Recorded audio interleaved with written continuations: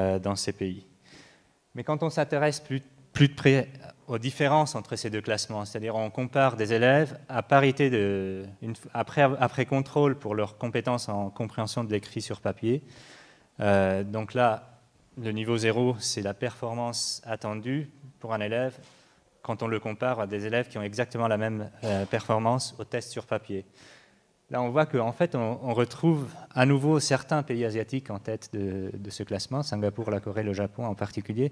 On trouve aussi des pays anglo-saxons qui réussissent plutôt mieux aux évaluations sur écran qu'aux évaluations sur papier.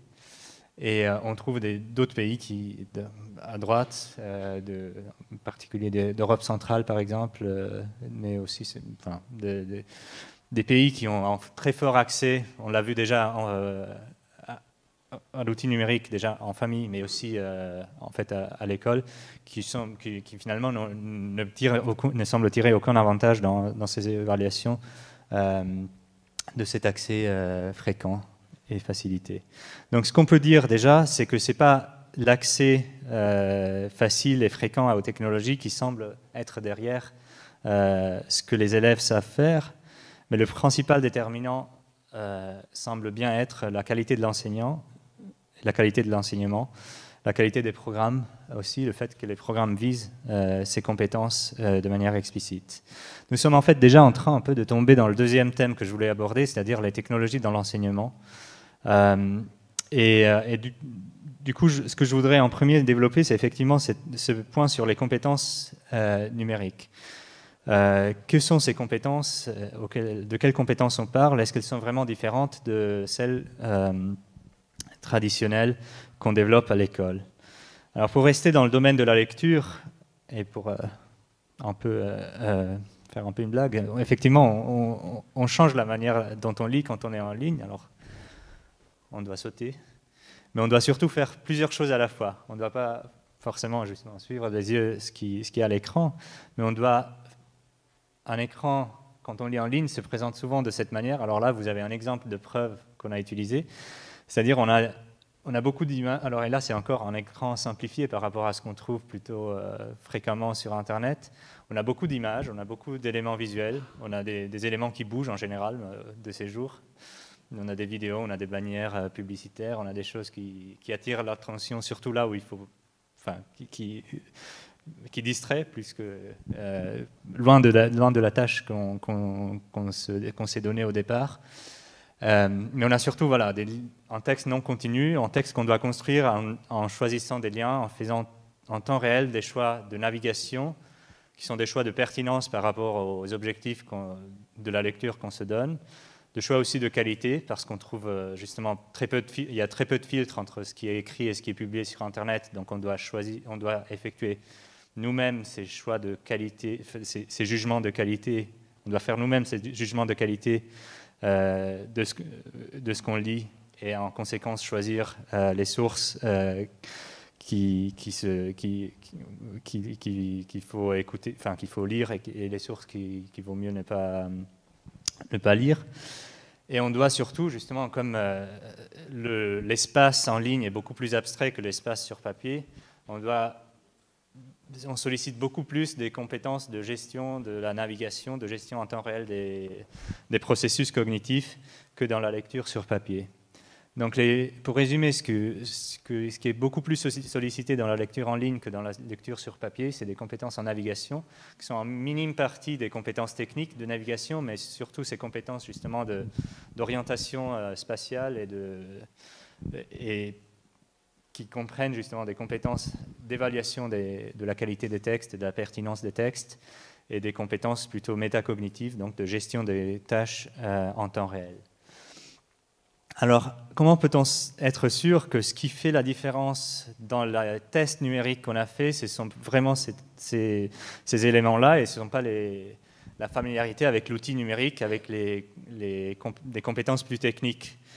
Ce que nous avons fait, c'est d'essayer de trouver, comme ces tests ont été passés sur ordinateur, on observe en quelque sorte le comportement des élèves pendant qu'ils font le test. C'est-à-dire on peut rejouer la manière dont ils accèdent aux différentes pages, Et on a codé ce comportement de navigation justement en fonction des critères. Est-ce qu'ils font des choix pertinents en fonction des tâches qui leur sont données?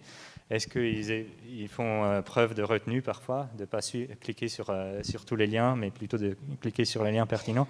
En somme, on a créé un indice de navigation ciblé. Et ce qu'on trouve effectivement, c'est que si l'on s'intéresse non pas aux résultats de la navigation, mais à cet indice de navigation ciblé seulement, c'est-à-dire au comportement de navigation, eh bien, il prédit très bien les résultats au test. Et il prédit les résultats au test, justement, au-delà de compétences en lecture sur papier, c'est-à-dire après contrôle des compétences de lecture sur papier. Donc, on a effectivement que ces pays-là qu'on a vu réussir plutôt mieux au test sur ordinateur sont justement les pays dans lesquels les élèves font plus preuve de maîtrise de cette navigation ciblée que d'autres pays. Et l'on retrouve justement Singapour, la Corée, l'Australie en partie, qui sont pas forcément des pays qui ont fait les mêmes choix en termes d'investissement dans les outils numériques, mais dans lesquels effectivement ces compétences sont souvent explicitement abordées par l'école.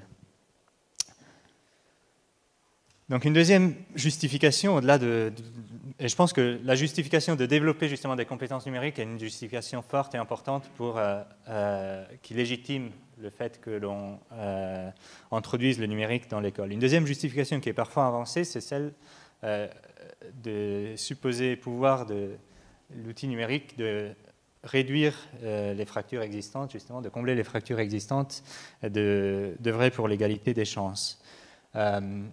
On dit dans le monde d'aujourd'hui, le talent est partout. Ce qui ne se trouve pas partout, ce sont les chances qui sont inégalement réparties. Et la technologie, justement, en donnant à tout le monde accès à des chances, elle pourrait fournir des occasions pour tous pour développer leur talent. En réalité, je pense, et je l'ai déjà dit en partie, que ce n'est pas vraiment vrai.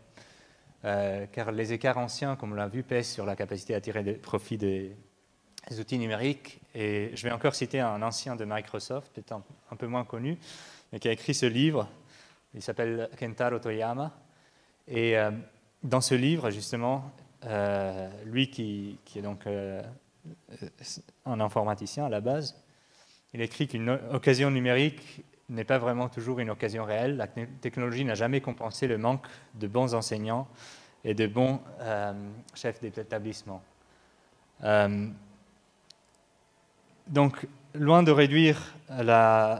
combler les fractures, je pense que, en fait, effectivement, ce n'est pas parce que tout le monde a aujourd'hui accès, par exemple, aux meilleurs enseignants universitaires à travers les MOOC, que tout le monde sait déjà où il se trouve, va y accéder, et surtout que tout le monde a les mêmes chances d'en tirer profit. Ce qui compte finalement pour que vraiment on réduise les inégalités à l'école, c'est de donner d'abord à tout le monde les chances d'accéder à un enseignement de qualité et à des enseignants de qualité. On le constate aussi à travers nos données, en fait, que ce qui compte, en fait, quand on voit le lien entre le statut socio-économique et les compétences numériques qu'on a mesurées comme ça. Donc on peut distinguer deux manières dont le statut socio-économique pourrait influencer les compétences numériques. Une part, c'est un accès inégal aux outils numériques selon le milieu d'origine. Et là, je parle de tous les pays confondus, justement. Et d'autre part, par l'inégalité d'accès à l'éducation en général, à une éducation de qualité, qui se manifeste aussi dans la compréhension de l'écrit sur papier. Alors, quand on fait la part de ces deux influences, on voit que de manière très prépondérante, c'est parce que les élèves les moins favorisés ont moins de compétences de base en lecture, qui ne vont pas tirer profit de l'outil numérique de la même manière que les élèves les plus favorisés, et seulement en très petite partie parce qu'ils n'ont pas accès à l'outil numérique.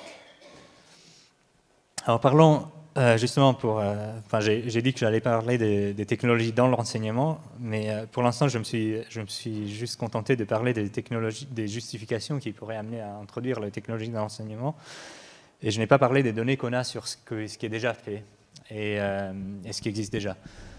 Donc, on a des données d'abord sur l'accès, et on voit que les pays diffèrent fortement selon l'accès. On a des pays, donc des pays émergents, mais aussi certains pays où on est à 8 face à un ordinateur, dans le meilleur des cas. Des pays où on est plutôt 4 élèves par ordinateur, donc c'est au niveau des élèves de 15 ans, là, toujours. Et ça comprend juste des pays auxquels on aime se comparer en France, enfin, et qu'on va pas... Donc qui révèlent plutôt des choix que des contraintes, en fait, dans ce cas-là. Et par ailleurs, on a des pays où on a un accès très facile et très fréquent aux technologies, et ce sont surtout des pays nordiques et anglo-saxons, souvent. Avec la France qui est un peu dans une position médiane dans ce groupe de pays avancés quant à l'accès aux ordinateurs. Mais l'accès aux technologies, l'accès aux équipements, ce n'est un des déterminants, et c'est certainement un déterminant fort de l'utilisation qui est faite à l'école. Mais ce qu'on constate aussi, c'est qu'au sein de tous les pays, il y a d'autres déterminants, et notamment la manière dont les enseignants enseignent va être associée au fait qu'ils utilisent ou non l'outil numérique. Alors on a, selon les pratiques des enseignants, justement, on constate surtout que les enseignants qui font le plus fréquemment qui utilisent le plus fréquemment les stratégies axées sur les élèves, alors ça comprend des stratégies d'individualisation du travail des élèves, de travail en groupe pour les élèves, de donner donc des devoirs différents à des élèves différents, sont ceux qui vont le plus utiliser effectivement les outils numériques, et de loin. Donc l'écart le plus fort entre les classes où on utilise les ordinateurs et les classes où on ne les utilise pas, c'est justement selon cette dimension, si l'enseignant utilise ces stratégies ou pas. Mais je crois que ça s'interprète encore une fois selon la loi d'amplification que j'ai évoquée au début. C'est-à-dire que ce n'est pas parce que l'enseignant a accès à l'outil numérique qu'il va être amené à utiliser des stratégies axées sur les élèves. C'est plutôt les enseignants qui sont déjà préparés, qui ont déjà la volonté d'utiliser ces stratégies, qui vont le plus tirer profit de l'outil numérique. Et Francesco, je vois que vous regardez votre montre, vous avez bien raison. Malheureusement, le temps passe. Voilà, donc j'arrive à la dernière partie, et je vais aller un peu vite sur cette dernière partie, sur les effets justement des technologies sur l'apprentissage des élèves.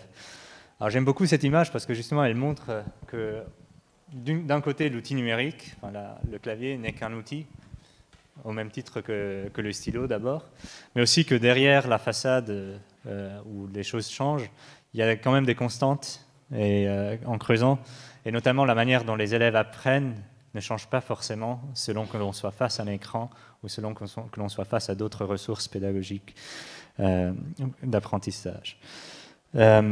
Nous avons déjà vu que les pays diffèrent selon leur effort d'investissement dans l'équipement numérique. Alors, premièrement, justement, il faut probablement commencer par dire qu'il n'y a pas de preuve que cet investissement se soit traduit jusqu'ici dans une amélioration des résultats. On va dire qu'il n'y a pas de preuve, la corrélation est plutôt négative même.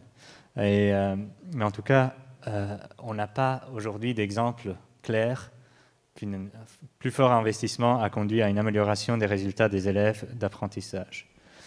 Même quand on regarde au sein des pays, et là, quand on contraste justement des élèves qui utilisent de manière sporadique l'outil numérique, des élèves qui utilisent de manière moyenne, par exemple pour surfer sur Internet 1 à 2 fois par semaine, et là on est à la moyenne au CDE, à des élèves qui font un usage plus fréquent, par exemple pour faire des exercices régulièrement sur Internet. Ça, c'est l'utilisation moyenne qui est faite dans les pays nordiques, dans certains pays nordiques. On constate en réalité que ceux qui obtiennent les meilleurs résultats aux épreuves de compréhension de l'écrit sont vraiment ceux qui font un usage modéré